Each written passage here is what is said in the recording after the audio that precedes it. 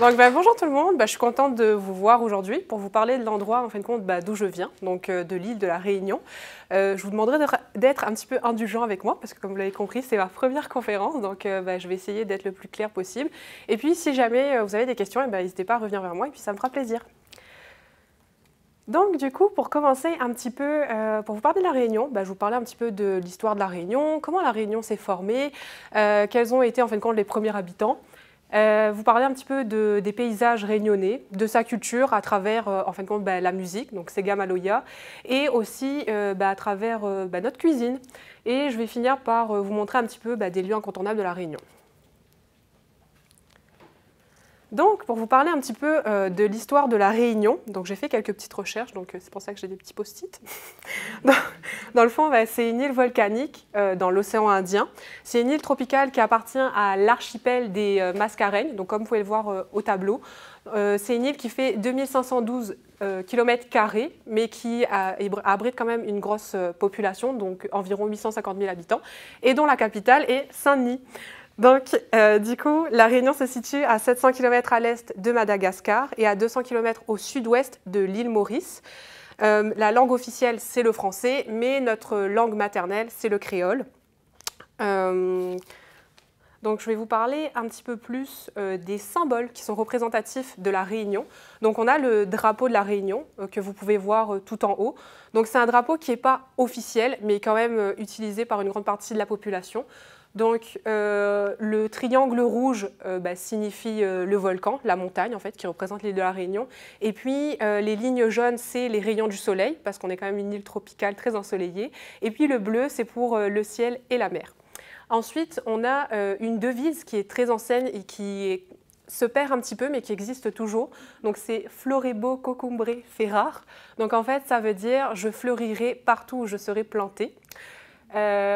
Et en fait, on a aussi l'armoirie de la Réunion, donc qui représente un petit peu ses histoires à ses débuts, donc avec la colonisation, un petit peu les montagnes pour le volcan. Les abeilles, c'est plus pour parler du côté fertile de l'île.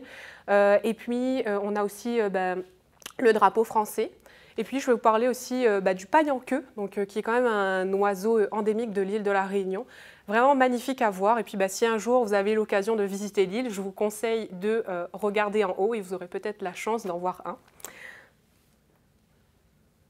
Donc, pour vous parler un petit peu plus de sa géographie, donc comment est-ce que l'île s'est formée, donc il faut savoir que la Réunion a 3 millions d'années, qu'elle est formée principalement du piton des neiges et du piton de la fournaise. Donc le piton des neiges culmine à 3070 mètres et le piton de la fournaise à 2631 mètres.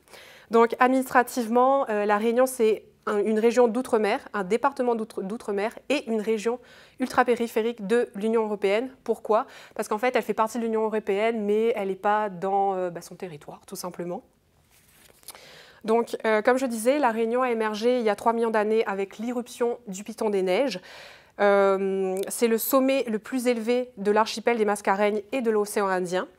Et il faut savoir que la partie immergée, donc c'est-à-dire l'île de la Réunion, en réalité, ça représente seulement 3% de la grosse montagne en fin de compte qui est sous la mer. Donc pour vous expliquer un petit peu plus peut-être la différence, c'est que le piton, comme vous pouvez voir au milieu, donc en fait vous avez le piton des neiges qui représente 2 tiers de la Réunion et le piton de la fournaise c'est le tiers restant. Il y a eu une fracture du plancher océanique. Et puis, le débit du volcan très fort en fait, a favorisé la montée des roches volcaniques. Et puis, on a eu des accumulations de couches. Et en fin de compte, c'est ça qui a fait qu'il y a eu justement, on va dire, l'éruption de la Réunion en dehors de la mer. Et puis, ils ont continué à faire son chemin et à s'accumuler.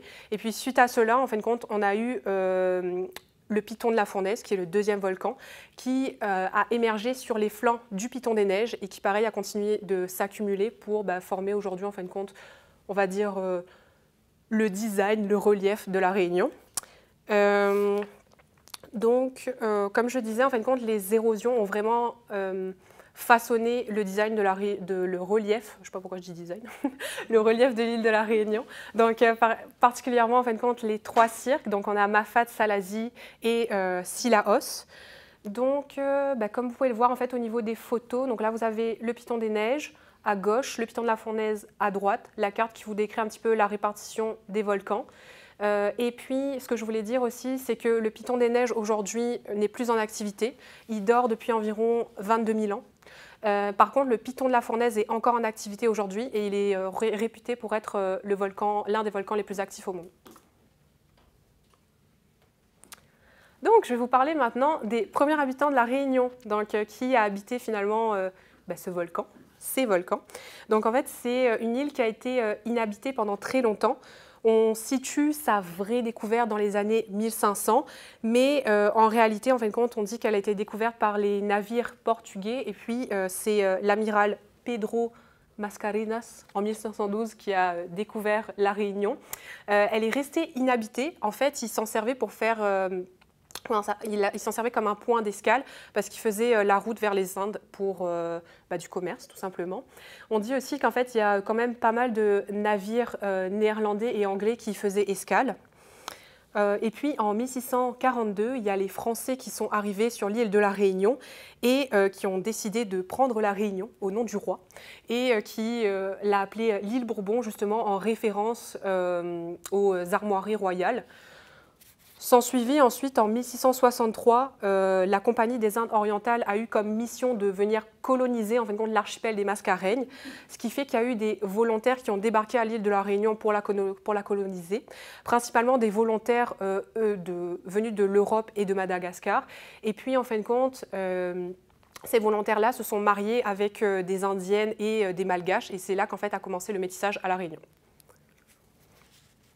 Ensuite, il y a eu, en fin de compte, Maëlla Bourdonnais, en 1635, qui est devenu gouverneur des îles. Et c'est à ce moment-là que la Réunion est comme devenue plus prospère parce qu'ils se sont dotés de routes, d'entrepôts. Et puis, ils ont commencé à faire un petit peu plus de commerce. Et c'est à ce moment-là qu'ils sont dotés de la capitale, donc c'est-à-dire Saint-Denis aujourd'hui. Il y a eu la Révolution française, et c'est à ce moment-là que la Réunion change 2 fois de nom, parce que si vous avez compris un petit peu l'histoire, à ce moment-là, elle ne s'appelle pas Réunion, mais île Bourbon. Donc la première fois, c'est après la Révolution, et la deuxième fois, en fin de compte, sous le consulat, elle va être appelée île Bonaparte. Et à un moment donné, les Anglais vont comme s'emparer de Saint-Denis. Puis, avec le traité de Paris en 1814, la Réunion va être rendue à la France. Et puis, elle va retrouver son nom de île de la Réunion. Et aussi, date importante, c'est 1848, où il y a eu l'abolition de l'esclavage, donc qui a libéré à peu près 60 000 esclaves à la Réunion. C'est une date qui est vraiment très importante pour nous et qui a beaucoup de sens, évidemment. Et puis, c'est une fête qui est commémorée aujourd'hui à La Réunion, donc le 20 décembre. Donc maintenant, je vais vous parler un petit peu plus de la situation économique de La Réunion. Donc, en termes de création de richesse, on peut voir qu'en fait, il y en a une prédominance des services. Donc, les services marchands représentent à peu près 39% de la richesse et les services non marchands, 36%. Qu'est-ce que j'entends par services marchands? C'est tout ce qui est numérique, transport, tourisme, services aux personnes, aux entreprises, et services non marchands, bien sûr, c'est santé, éducation, les organismes non lucratifs. Et puis pour le reste, on a le commerce pour 12%, on a le BTP pour 5%. BTP, c'est le bâtiment. On a l'industrie pour 4%, l'agriculture et la pêche pour environ 2-3% chacun. En 2016, il y avait 60 846 entreprises à La Réunion. Donc même si c'est quand même une île qui est très développée au niveau des services ou même en ce qui concerne sa richesse de par son sol fertile, c'est quand même une île où il y a de nombreuses familles qui sont en situation de précarité avec un taux de pauvreté de 40% et un taux de chômage de 17%. Donc, ce qui m'amène à vous parler de la population de l'île de la Réunion. Donc, on dit souvent que la Réunion, c'est un exemple de vivre ensemble, tout simplement parce qu'on y retrouve différentes cultures et ethnies. Donc, sur le tableau, comme vous pouvez le voir, j'ai choisi en fin de compte de mettre différents temples. Donc, on a une église, on a un temple chinois, on a un temple malbar et on a une mosquée. Donc, c'est quand même les religions les plus représentées à La Réunion, mais il y en a encore d'autres. C'est vraiment très culturel chez nous et en général, quand quelqu'un vient chez nous, il est comme étonné, puisque finalement, on peut comme très bien marcher dans une rue, avoir une église et avoir une mosquée, et les gens vivent en paix, ils sont heureux, et puis en général, il n'est pas rare en fin de compte de trouver des mariages avec des gens de différentes cultures, c'est normal finalement. Donc, pour vous parler un petit peu plus de la population de la Réunion et des ethnies, donc, j'ai mis un petit peu les appellations qu'on donne, nous, en créole aux personnes. Donc, en fait, on a les CAF, qui représentent, en fin de compte, un petit peu les descendants d'Afrique. On a les Arabes, qui représentent la population musulmane. On a les Malbars, qui, eux, représentent plus le peuple tamoul indien. Et on a les oreilles, qui sont les Français de France, donc les métropolitains. Les Chinois, ça ne change pas, c'est des Chinois. Et puis on a les Yabs, qui représentent plus la population blanche des Hauts.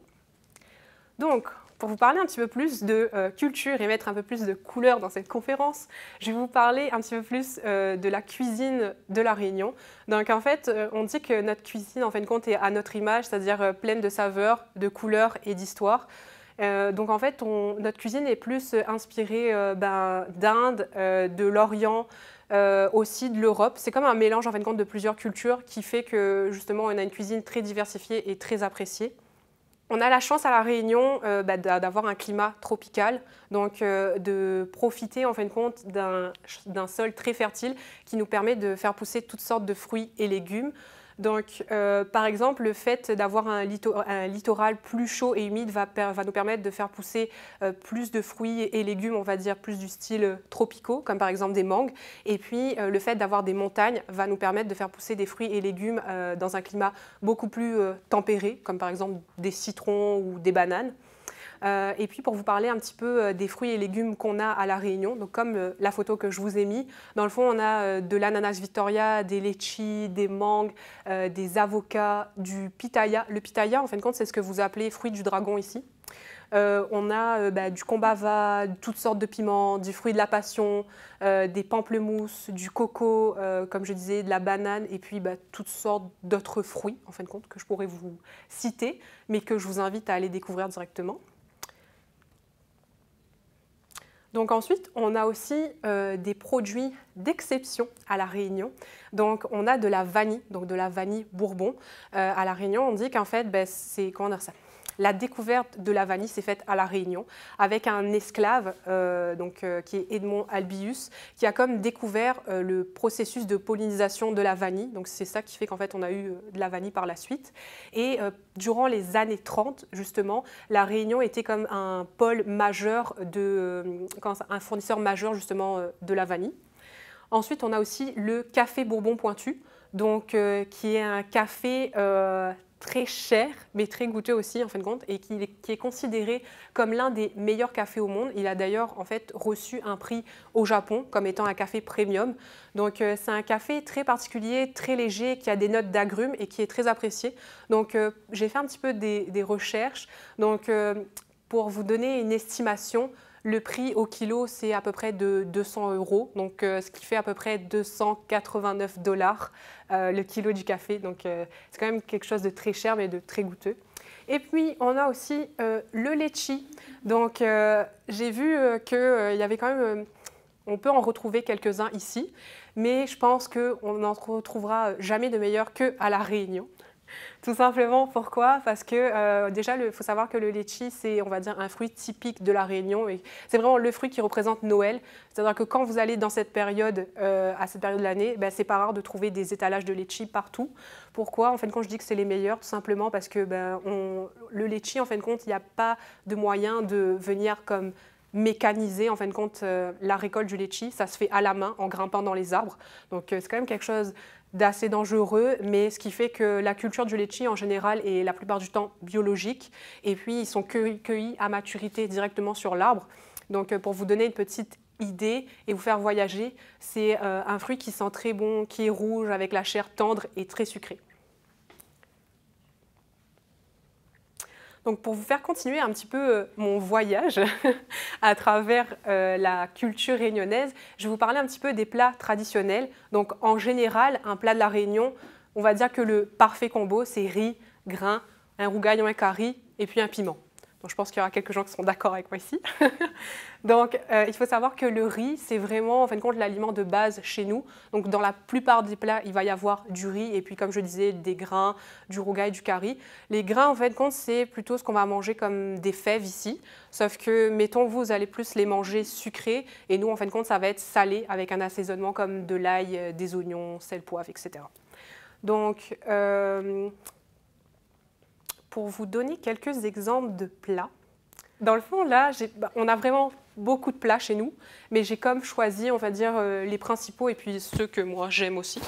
Donc finalement, on a comme déjà le curry poulet que vous pouvez voir tout en haut. Donc là, comme je disais sur l'exemple, on voit le poulet, des lentilles, du grain, et puis certainement un petit rougail pimenté avec des oignons. On a ensuite le rougail saucisse. Je pense que c'est comme l'un des plats emblématiques de la Réunion. Donc, c'est-à-dire que vous avez la poutine et nous, on a le rougail saucisse. Donc, je ne vais pas m'avancer à vous donner une recette parce que je pense que chacun a sa façon de le faire. Mais en général, on y retrouve des saucisses fumées, de la tomate, de l'ail, des oignons et peut-être aussi du curcuma. Ça dépend de la façon dont on le fait dans les familles. Et puis, toujours accompagné de riz et de grains. On a le curry bichic, donc ça c'est quelque chose de très typique et de particulier. En fait, ce sont comme des petites larves, des petits poissons en fin de compte qu'on va aller cueillir quand il y a la montée de la rivière. Et c'est quelque chose dont les Réunionnais sont très friands. C'est quelque chose qui coûte très cher aussi, donc on est comme aux alentours de, ça dépend des saisons, mais entre 40 et 80 euros le kilo. C'est quelque chose de très bon et comme je disais, directement cueilli et puis directement mis sur l'étalage pour finir dans votre plat. On a aussi l'autre curry, donc, qui est un cabri massalé. Donc, si je devais donner un approximatif du cabri ici, je dirais que c'est plus comme une chèvre, un cerf peut-être. Pareil, accompagné de riz et d'une petite sauce pimentée à la tomate. Donc en fait, massalé, je ne sais pas si ça vous dit quelque chose, ça peut faire référence ici à du masala. Donc c'est une épice indienne qui a un goût très fort et une odeur très prononcée, mais qui donne un très bon goût à la viande. Et enfin, je vais vous présenter deux apéritifs. Donc on a les samoussas que vous voyez tout en haut sur la droite. Et puis en bas, on a des piments farcis. Donc en fait, les samoussas, c'est les petits triangles que vous voyez. C'est des feuilles de briques, tout simplement, qu'on va venir plier en triangle et dans lesquelles on peut mettre toutes sortes de choses. Donc ça peut être du fromage, de la viande, du thon, des légumes, qu'on va ensuite faire frire dans l'huile. Et puis, c'est quelque chose de très, très, très, très bon qu'on peut retrouver, par exemple, dans les marchés forains de la Réunion ou bien dans d'autres grandes surfaces. C'est vraiment quelque chose de typique qu'on trouve partout. On a aussi les bonbons piments, donc le petit beignet rond que vous voyez. En fin de compte, c'est des pois qu'on va écraser avec du piment et d'autres ingrédients. On va former des petites boules et pareil, on va les faire frire dans l'huile. En ce qui concerne les piments farcis, c'est tout simplement des grands piments qu'on va venir éventrer. On va venir, en fin de compte, y mettre soit de la chair à saucisse ou bien une autre farce. On va comme l'envelopper de pâte et pareil, le faire frire. Donc, pour continuer un petit peu sur mon exploration de l'île de la Réunion, je vais vous parler un petit peu des lieux incontournables à visiter. De moi-même, personnellement, si je devais vous dire quoi visiter à la Réunion, je vous dirais de tout voir, parce que tout est intéressant à voir. On a vraiment une belle île. On a des espèces endémiques, on a des oiseaux endémiques, on a des lézards endémiques, on a aussi des paysages qui sont reconnus au patrimoine de l'UNESCO. On a des plages, des randonnées, vraiment des lieux exceptionnels à voir. Mais là, mettons, si vous deviez prendre juste une journée pour aller voir quelque chose, je vous dirais déjà dans un premier temps d'aller voir le Piton de la Fournaise, puisque c'est l'un des volcans qui forment l'île de la Réunion. C'est aussi un volcan qui rentre en activité. Donc il n'est pas rare que, mettons, lors d'un voyage, vous puissiez aller voir l'irruption. Donc il y a déjà des sentiers aménagés et des points de vue. Donc bien entendu, c'est sécuritaire. Donc vous aurez comme l'occasion de pouvoir voir des coulées de lave flamboyantes. Ensuite, je vous dirais, mettons, d'aller voir Mafate, puisque c'est l'un des cirques de la Réunion. Et puis c'est vraiment un dépaysement total, puisqu'il faut savoir que c'est l'une des seules villes à la Réunion qui n'est pas accessible en voiture. Donc on y va soit à pied, donc en faisant de la randonnée, soit en hélicoptère. Mais ça vaut vraiment le dépaysement, puisque vous allez trouver en fin de compte des maisons longtemps, et puis vraiment une population très centrée sur la famille et les valeurs réunionnaises qui vont vous accueillir chaleureusement. Donc c'est vraiment quelque chose à aller voir. Je vous dirais aussi d'aller voir un autre cirque, donc c'est-à-dire Sillaos. Pourquoi? Parce que c'est vraiment une ville très belle à voir. Vous pouvez vous promener et notamment admirer le relief des montagnes. Donc c'est vraiment quelque chose d'exceptionnel. Et puis ils font pousser des grains d'exception, c'est-à-dire les lentilles de Cilaos, donc, qui sont vraiment très bonnes et que vous pourrez manger avec un petit canard fumé. Et puis, pourquoi pas aller voir aussi l'autre cirque, donc Salazie. C'est aussi pareil, une très belle ville à voir avec beaucoup de plantes, de cultures, de légumes, avec une population très ouverte et puis pareil, des randonnées exceptionnelles à faire. Et puis d'ailleurs, si vous avez l'occasion d'aller à Salazie et de vous arrêter, allez admirer le voile de la Mariée, donc, qui est une très belle cascade à La Réunion. Ce qui m'emmène d'ailleurs à vous conter une petite histoire sur le voile de la Mariée.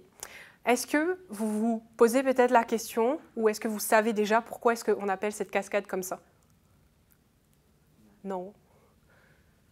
Oui. Dans le fond, je vais vous parler d'une petite histoire. Bon, il se peut qu'elle diffère de la réalité, on s'entend, hein, parce que je vais comme essayer de la généraliser. En fait, on raconte qu'il y a eu un homme très travaillant qui est venu en fin de compte s'installer non loin de la cascade, qui travaillait vraiment très fort tous les jours. Et puis un jour, il a épousé une femme qui était vraiment magnifique, mais il ne la voyait pas souvent parce qu'il était tout le temps dans son travail. Donc cette femme-là, en fin de compte, elle va comme décéder. Et sur son lit de mort, elle a fait promettre à son mari de surveiller leur petite fille. Donc il va tenir cette promesse. Et puis les années vont passer, cette petite fille va grandir et elle va devenir vraiment d'une beauté exceptionnelle, donc qui va être connue d'un peu partout. Et un beau jour, il y a quelqu'un qui vient chercher du travail chez le papa de la fille en question, et puis il va être embauché comme jardinier. Et puis lui et la fille vont tomber follement amoureux. Mais bien entendu, comme le papa a décidé de protéger sa fille, il n'est pas d'accord avec cette histoire d'amour. Donc, ils vont comme s'enfuir en secret pour aller se marier à l'église.